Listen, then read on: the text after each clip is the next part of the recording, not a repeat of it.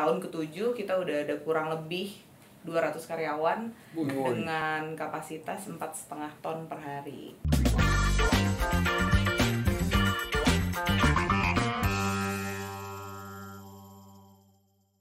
Cikita, apa kabar? Baik.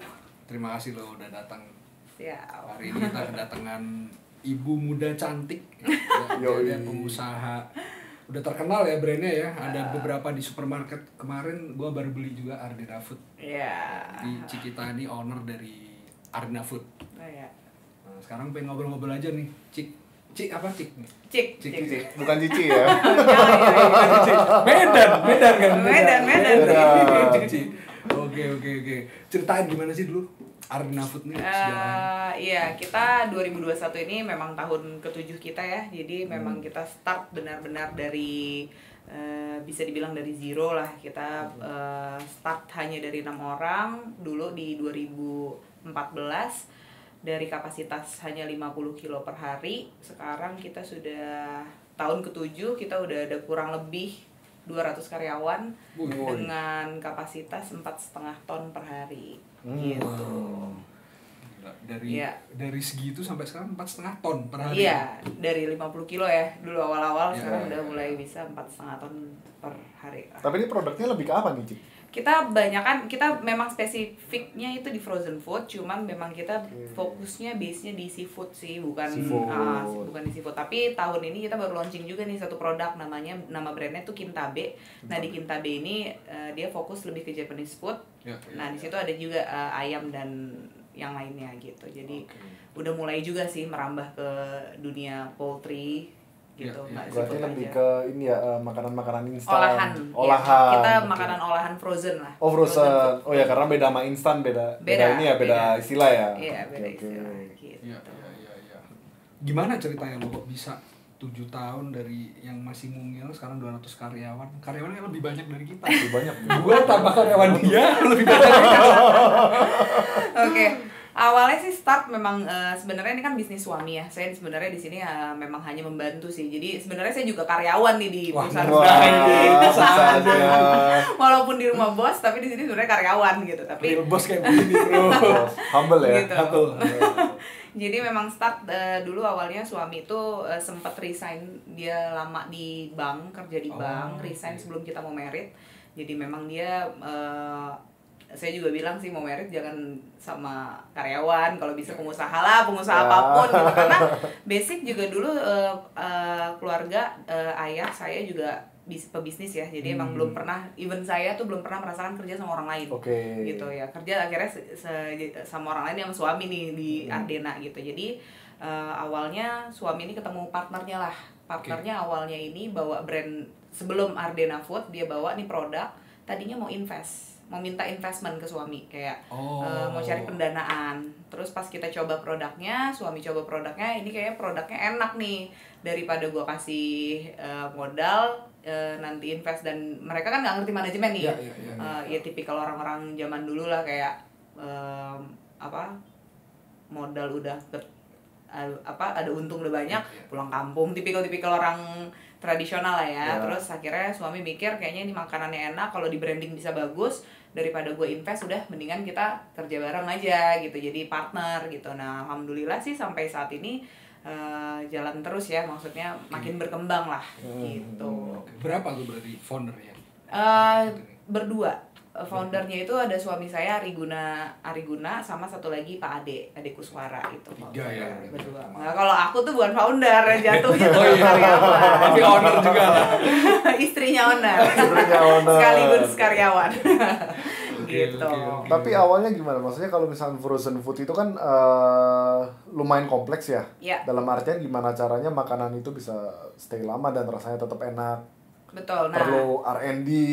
Nah, untuk di awalnya itu gimana caranya untuk R&D segala macamnya? Nah, kebetulan partnernya suamiku ini, yang satu yang Pak Ade Kuswara ini, memang dia udah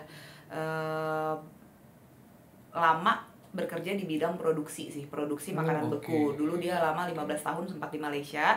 Nah, memang untuk masalah R&D, untuk produksi semuanya itu dia yang pegang gitu. Nah, suamiku ini lebih pegang di manajemennya, nah saya pegang di sales and marketingnya gitu. Jadi memang setiap orang udah pegang part masing-masing lah ya, spesialis masing-masing gitu sih.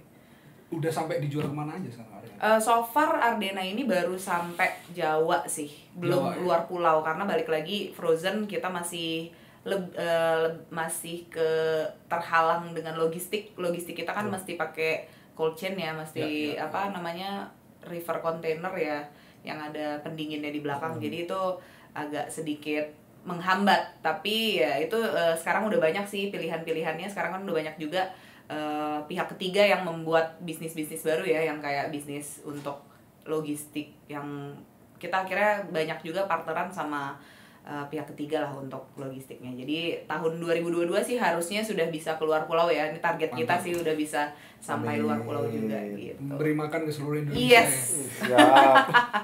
Marketnya besar. Marketnya besar.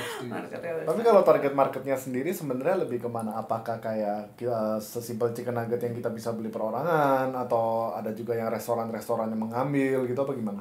Kita handle semua sih sebenarnya, foodpreneur sama moms ya. Tapi sebenarnya kalau ditanya target market spesifiknya Ardena Food, sebenarnya saya.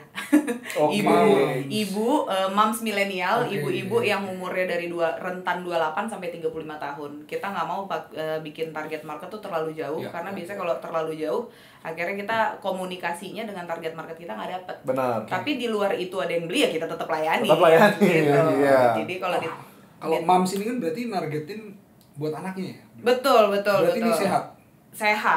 Nugget yang sehat gitu. Tapi kalau misalnya banyak yang nanya nih sebenarnya ada MSG-nya atau enggak? Iya. Saya itu ada MSG tapi kita hanya minim ya.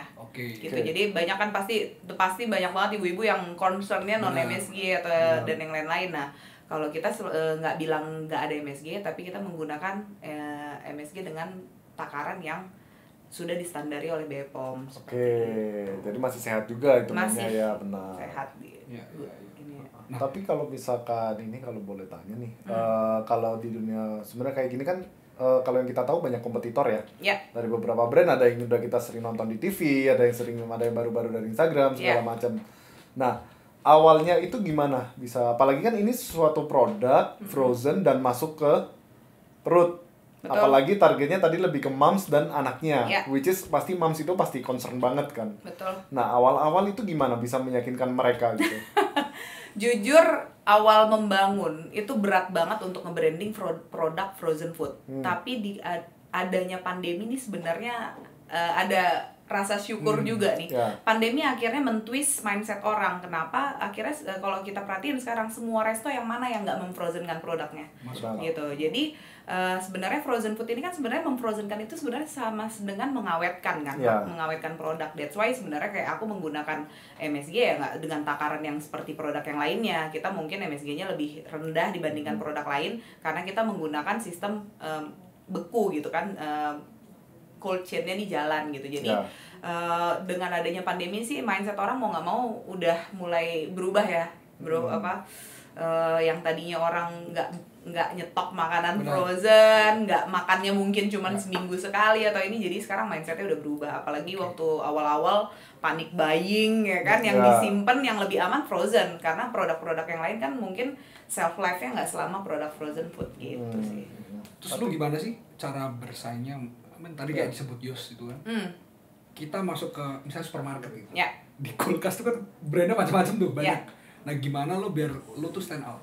Apa yang membuat Ardena Food ini survive 7 tahun kan nggak waktu singkat ya? Betul ya. Sebenarnya yang pertama sih kita harus belajar juga dari kompetitor. Kita harus perhatiin apa sih yang kompetitor nggak punya, atau apa yang kira-kira mereka itu lengah di mana. Contoh misalnya mungkin giant company, mungkin kompetitor kita kan banyak kan udah giant company ya, mungkin udah 15 tahun berdiri udah lama gitu ya. Yang kita perhatiin kan mereka mungkin servisnya hanya menservis yang besar-besar. Nah, kita mungkin kelebihan kita adalah, mungkin yang bisa saya jawab adalah speed ya. Orang yang mungkin toko-toko yang mau order kecil-kecil ataupun mau beli atau mau maklon yang kecil-kecil kita layanin. Nah, jadi kita harus melihat celah-celah di situ sih kalau menurut saya. Jadi apa yang kira-kira kompetitor nggak bisa nggak bisa garap ya kita garap ya, gitu. Benar. Begitupun mungkin di branding, mungkin kalau kita lihat nih banyak brand-brand frozen yang udah gede-gede nih, biasanya dia dulu ya, waktu dulu awal banget Ardena, bahkan mereka tuh nggak punya Instagram. Bahkan kita yang anak baru nih udah melek Instagram kan. Nah, mungkin udah Giant Company udah nggak pikir ngapain kita main Instagram, brand kita udah famous gitu kan. Nah, justru di situ tuh kita main Instagram, kita aktifin di TikTok. Nah, akhirnya dikenal juga lah, dan juga kita aktif juga di beberapa asosiasi. Nah, itu juga ngebantu banget sih untuk membranding produk kita di teman-teman asosiasi gitu. Paling besar sekarang lewat channel apa sih? Online kah? Atau nitip ke supermarket? Atau langsung ke consumer? Kita itu masih 80% di GT ya, General Trade. General Trade itu kita jual langsung ke agen-agen frozen food, pasar-pasar bawah. Baru sisanya kita main di Horeca, MT, dan reseller sih untuk yang brand baru gitu. Mungkin boleh bantu jelasin buat teman-teman tadi Horeca, MT itu apa? Oh, itu nggak ini ya, kalau kayak FMCG banget. Iya, FMCG banget. Jadi kalau GT itu General Trade, itu kita lebih banyak ke pasar-pasar tradisional atau misalnya kayak supermarket tapi yang mungkin sistem kasirnya belum pakai POS, yang masih zaman dulu banget lah, jadul gitu. Nah, kalau MT kan biasanya standar MT itu udah punya minimal ada 3 kasir, ada 6 kasir. Nah, itu masuknya kayak modern market lah ya kalau MT gitu. Nah, kalau Horeca tuh hotel, restoran, catering gitu. Jadi kita supply juga ke beberapa restoran, catering, seperti itu. Balik sedikit lagi ke waktu pertama mulai. Modal berapa sih pertama mulai? Kan banyak yang pasti baru mulai bisnis nih. Biasanya kan concernnya anak muda. Boleh disebut gak nih? Atau kisaran. Ada suaminya ya? Ini modal awal ya. Iya. Kisaran sebenarnya kan diedit kan nih? Enggak apa-apa. Boleh disebut nggak? Cukup Tapi kecil lah. Start ya ratusan ada, cuman nggak sampai MM-an lah ya. Masih bisa dikejar lah ya. Masih bisa dikejar lah gitu. Ya. Soalnya orang kan mikirnya frozen food, waduh langsung yang terlintas harus bikin pabrik nih. Betul. Tapi ya mungkin banyak kan teman-teman akhirnya yang zamannya pandemi kemarin akhirnya banyak ya bermunculan produk-produk frozen food baru yang akhirnya sebenarnya mereka datang ke kita nanya, kok gue nggak bisa survive ya? Ternyata nggak semudah itu gitu, karena memang mesinnya kan juga bukan murah ya. Dan yang itu tadi yang aku bilang tuh kayak untuk logistiknya juga bukan yang mudah gitu. Jadi harus standar, harus ada freezernya dan lain-lain gitu sih. Investasinya lumayan lah. Nah, selama 7 tahun itu boleh ceritain nggak momen yang bikin lo keinget sampai sekarang? Jatuh, ditipu orang, atau gagal, atau apa? Alhamdulillah aku nggak tahu kenapa kalau untuk yang bisnis Ardena Food jalannya lancar aja nih, smooth gitu ya. Cuman mungkin adalah beberapa ya kalau untuk istilah ribut-ribut partner tuh biasa lah ya. Kalau nggak ribut tuh biasanya nggak ketemu nih masalah gitu. Ribut-ribut partner pasti ada. Cuman kalau untuk masalah ditipu dan yang lain-lain sih alhamdulillah belum pernah sih. Belum pernah ada stuck yang jatuh. Cuman kalau untuk pandemi justru itu yang aku lihat ya, awalnya mikir pandemi nih takut was-was juga nih kayak gimana nih bisnis apa segala macam. Nggak taunya ternyata pandemi 2020 kemarin sempat nge-boost penjualan kita yang akhirnya kita nggak nyangka.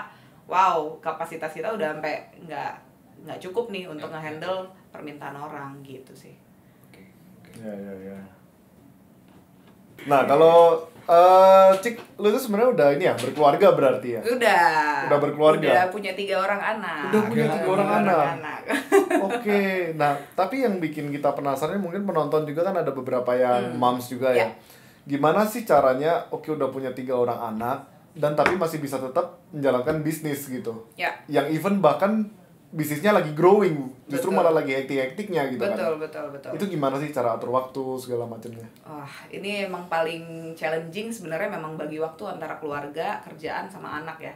Yang pasti sih yang harus diutamakan keluarga, itu pasti nomor 1. Tapi balik lagi, ini bisnisnya lagi grow, nggak mungkin juga kita kesampingkan. Nah, that's why kalau aku sih harus punya orang yang dipercaya satu. Walau contoh kalau aku kan masih tinggal, alhamdulillah ya, masih tinggal sama mertua. Jadi walaupun anak saya tinggalkan dengan pengasuh, masih ada orang yang perhatiin lah, yang kita trust gitu. Kayak mertua kita kan nggak mungkin dong nggak ngejagain gitu. Nah itulah bersyukurnya di satu titik.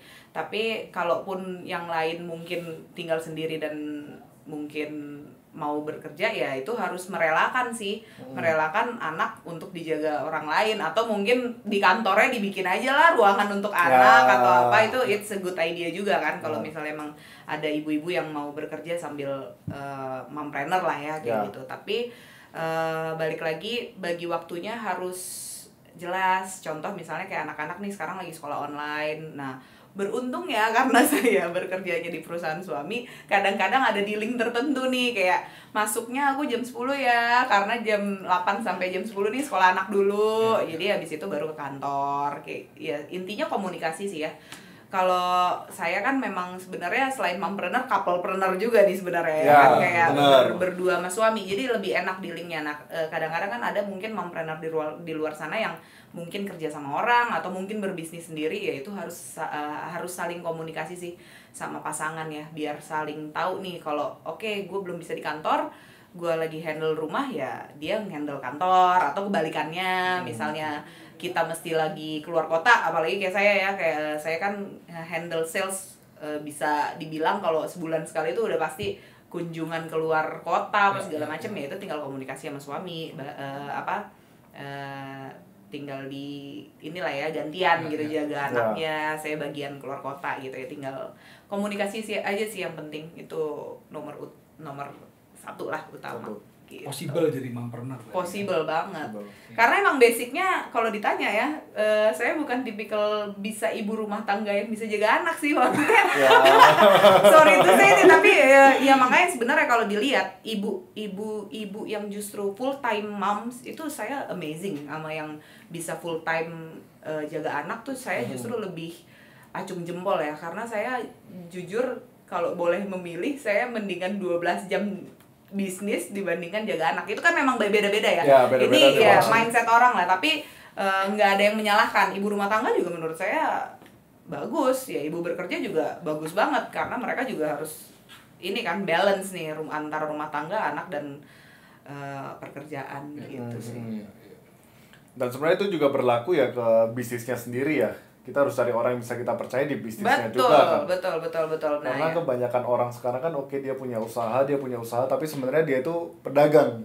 Karena semua masih CEO, Chief Everything Officer. Ya benar.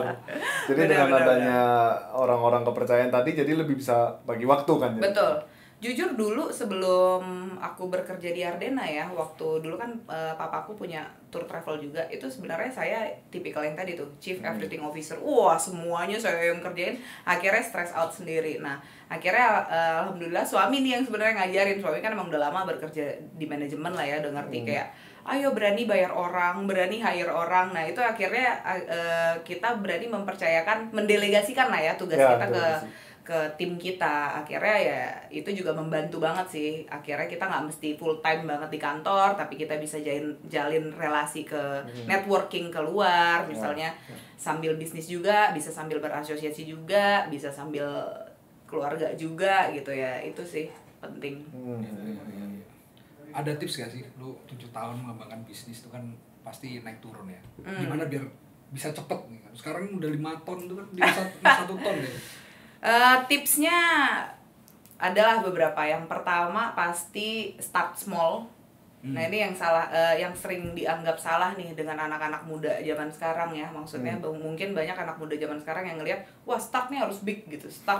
Gue mau bikin perusahaan, laptopnya harus MacBook semua. Nah ini nih menurutku mindset yang salah. Jadi kalau bisa start small ya. Kalau lu emang belum bisa beli laptop ya sewa, kalau bisa apapun itu ya. Kayak misalnya contoh kamera gitu ya. Lu belum bisa beli kamera yang mahal ya sewa aja dulu gitu. Jadi kalau bisa start small. Habis start small kita juga harus belajar terus ya, belajar, jangan sombong gitu. Kayak kadang-kadang kan kita kalau udah ada di satu tahap tuh kayak ngerasa gue udah paling bisa nih. Nggak boleh.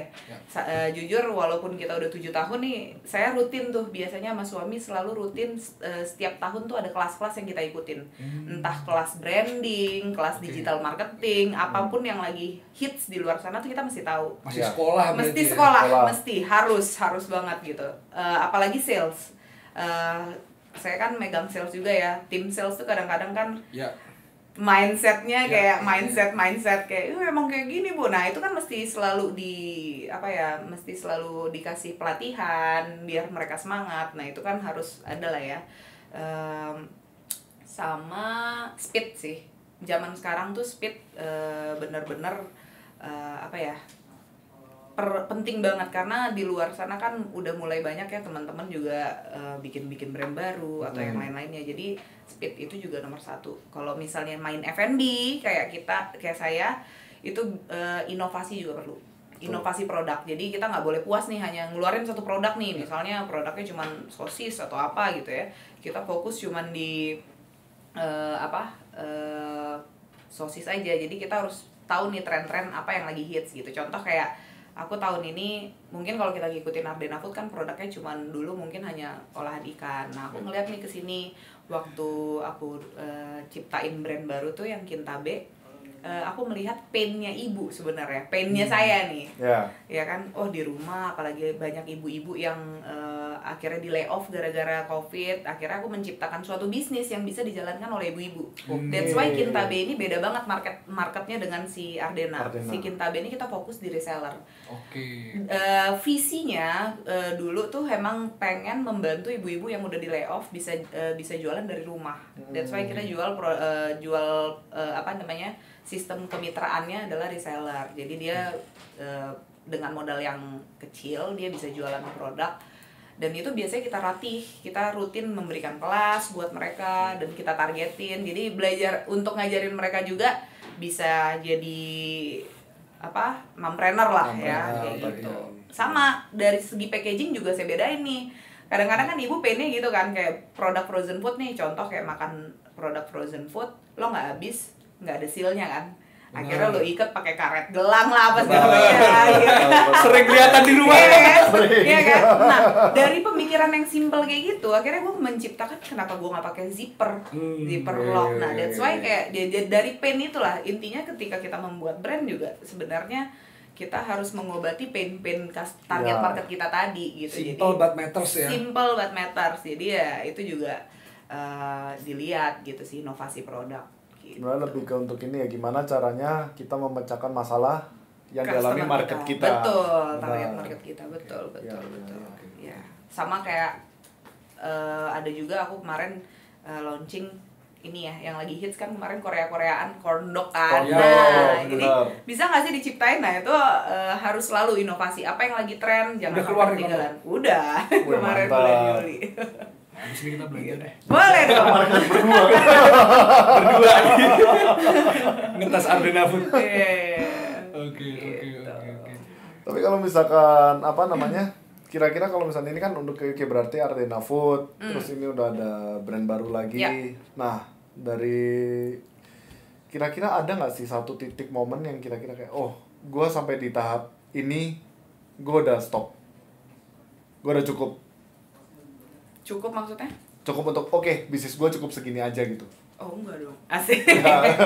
Enggak, karena memang itu juga salah satu tips ya buat anak-anak muda zaman sekarang, bermimpilah besar. Kalau aku sih nggak tipikal yang kayak udah puas di satu, udah nih di sini aja gitu, ranahnya udah enjoy di sini gitu kan. Enggak, kita memang dreamnya besar, pengennya nanti memang kalau kita visinya nanti pengen sampai IPO lah perusahaannya. Jadi memang dan itu dari 7 tahun sebelum cita-citanya. Nah, ketika kita membuat bisnis itu juga salah satu tips yang belum tadi saya sebut sebenarnya, dream big. Dream big tapi startnya small gitu. Jadi bermimpinya besar, kita pengen jadi apa gitu. Dan itu juga kalau bisa ditulis. Maksudnya ditulis nih di tahun ini kita mau kemana. Jadi ya dibuat kalau bahasa salesnya tuh dibuat forecastnya lah gitu. Forecast kita di tahun sekian mau berapa, mau apa gitu. Jadi ketika itu tertulis kan akhirnya kita tahu nih cara mencapainya bagaimana gitu sih. Jadi kalau tadi ditanya mau udah atau mau entah mungkin ada target sampai kapan ya, kalau ditanya target sampai kapan sih sebenarnya kalau bisa pensiun dini ya, apalagi saya seorang ibu gitu kan, pengennya nanti di umur 40 something udah nggak bekerja lagi. Tapi sebenarnya kalau ditanya bisnisnya, walaupun saya pensiun sebenarnya bisnisnya pengen tetap jalan gitu sih. Karena itu yang mungkin banyak dialami sama anak-anak muda zaman sekarang ya. Karena mereka udah bisa start UMKM. Nah, kan banyak kendalanya, mereka udah zona nyaman. Yes. Seperti yang tadi dibilang, udah di tahap dimana, udahlah gue paling bisa, brand gue paling keren gitu. Nah, tapi kan butuh pemicu nih. Betul. Untuk kita bisa keluar dari zona nyaman itu. Betul. Nah, kira-kira yang selama ini dilakuin apa? Tiba-tiba bisa tahu, ada peluang nih, ternyata untuk masuk ke daerah ini ternyata oke nih. Ternyata untuk kita expand kita produk ini nih, itu langkah-langkah yang dilakuin apa sebenarnya? Nah, kalau itu kayaknya harus banyak-banyak bergaul ya. Maksudnya banyak-banyak bergaul, banyak-banyak bernetworking. Karena gini, kalau tipikal orang yang nggak mau bergaul dan bernetworking tuh dia merasa kayak, gue udah paling bagus paling nih. Tinggi. Tapi ketika kita berbicara, ini contoh kayak gue ngobrol sama lo aja gitu ya. Mungkin lo bisnisnya batik apa segala macam. Itu kan ada mindset, ada kayak mindset bisnis baru yang akhirnya gue tahu dari seorang siapa tadi namanya, lupa gue. Iya, jadi dari seorang Yos gitu kan. Kayak gue ngobrol sama Reza, bisnisnya kayak gini, ternyata ada mindset di luar sana banyak gitu. Apalagi kalau misalnya kita udah ngumpul sesama pemain bisnis F&B ya, nggak usah ngomongin frozen deh, kita ngobrol sama pebisnis F&B aja nih sebenarnya banyak banget kans di luar sana yang bisa kita kerjain gitu. Betul. Bahkan saya akhirnya kayak berorganisasi, berasosiasi, akhirnya itu menjadi salah satu peluang yang akhirnya kita jadinya bisa collab nih bareng. Dia pemain F&B, contoh nih ya, dia main F&B jago di franchise, saya jago di supply barang gitu kan, kayak manufaktur produk gitu. Ya udah, kenapa nggak kita kawinin aja? Nah, yang kayak gini kan sebenarnya peluang-peluang di sana yang harus kita lihat gitu. Jadi nggak boleh berpuas diri, harus selalu sih kalau bisa komunitas tuh harus dijalanin juga gitu kan. Kalau nggak salah ada namanya pentahelix ya. Pentahelix tuh harus semuanya di touch. Kayak pemerintahan, asosiasi, komunitas, itu semuanya harus brand, selebriti, itu kan semuanya harus kita touch lah biar makin berkembang. Lo ikut apa aja sih sekarang? Di luar bisnis ini ya? Boleh ceritain nggak biar dari zaman dulu, dari zaman muda sebelum bekerja pun gue udah zamannya bergaul gitu. Kayak emang tipikal orangnya suka bergaul gitu ya. Dari zaman SMA, kuliah tuh emang suka ikut asosiasi ini apa segala macam gitu. Tapi sekarang kalau untuk pengembangan bisnis, gue aktif di HIPMI, Himpunan Pengusaha Muda Indonesia, sama di APJI. APJI itu Asosiasi Pengusaha Jasa Boga Indonesia. Gitu, aktif di situ sih. Di dua itu yang memang benar-benar mungkin ada impact lah ya ke bisnis. Gitu. Berarti banyak dapat insight itu dari HIPMI tadi, dari HIPMI, mana, APJI, dari teman-teman di dalam. Betul. Cuman kalau yang kita rasain sendiri sebenarnya untuk seorang moms masuk, karena kan selama ini kita mungkin dengar beberapa organisasi, asosiasi itu mungkin orang-orang yang awam, mungkin teman-teman juga masih kebayangnya isinya itu kebanyakan bapak-bapak pengusaha nih, gitu kan. Nah, kira-kira di sana itu gimana sebagai seorang mompreneur, di dalam itu gimana gitu? Sekarang itu udah banyak banget sebenarnya asosiasi yang menarik anak-anak muda ya untuk jadi membernya mereka. Jadi ya contoh kayak aku tuh aktif sebagai Wasekum ya. Wasekum tuh wakil sekretaris umum di APJI. Jadi kita mau nggak mau nge-hire sekarang anak-anak muda yang punya bisnis baru, walaupun skala UMKM ya kita untuk ngembangin mereka tuh di sini gitu. Jadi sekarang sih kalau aku perhatiin isinya asosiasi udah bukan lagi bapak-bapak atau ibu-ibu yang zaman dulu ya. Sekarang udah anak-anak gaul nih kayak yang bertato, udah banyak banget. Banyak banget anak-anak kreatif juga sekarang udah banyak kok yang ikut asosiasi. Gitu. Moms juga udah banyak. Moms banyak banget gitu. Mompreneur juga banyak banget gitu. Apalagi kalau moms itu kan biasanya ibu-ibu nih suka ngumpul dengan ibu-ibu kan. Mereka tuh ada komunitasnya sendiri. Kalau ngomongin asosiasi kan beda dengan komunitas ya. Kalau saya ditanya komunitas, banyak banget komunitas gue nih. Ada komunitas mompreneur, ada komunitas ibu menyusui zaman dulu. Ya kan, ibu arisan. Iya, ibu arisan, ibu mengandung itu lengkap tuh ya kan. Kalau ibu-ibu tuh support sistemnya jalan tuh kalau ibu-ibu. Tapi suatu pepatah ya, your network is your net worth. Yes, betul. Kita harus kenal sama banyak orang ya. Betul. Ya. Lu ada lagi? Udah. Oke. Pesan terakhir deh buat anak muda nih, kan banyak yang nonton ini masih muda-muda semua. Mungkin banyak bahkan yang baru mau mulai bisnis. Atau baru mulai banget nih. Pesannya apa sih biar nanti bisa segede Ardena ya? Amin. Gitu ya. Sampai Ardena IPO kan. Amin. Kita jadi early investor. Bagi rahasia dong kalau IPO dong. Iya dong. Pasti tahu dulu dong. Gua kontak duluan. Sebelum market buka kita udah ngomongin duluan kita. Siap. Intinya tipsnya 3 lah ya. Tadi yang pasti dream big, start small, sama move fast. Jadi cita-citanya harus besar, startnya kecil aja, tapi bergeraknya harus cepat gitu sih. Itu aja. Mantap. Penting sih itu, start small itu penting. Betul. Orang yang sekarang tuh instan. Iya, nggak ada. Itu hanya angan-angan, instan tuh nggak ada. Itu hanya angan-angan. Karena saya sudah merasakan ya kayak 7 tahun nih benar-benar kita apa ya namanya ya, kalau namanya pengusaha beda ya. Kalau karyawan mungkin dalam 24 jam dia cuma 8 jam kerja.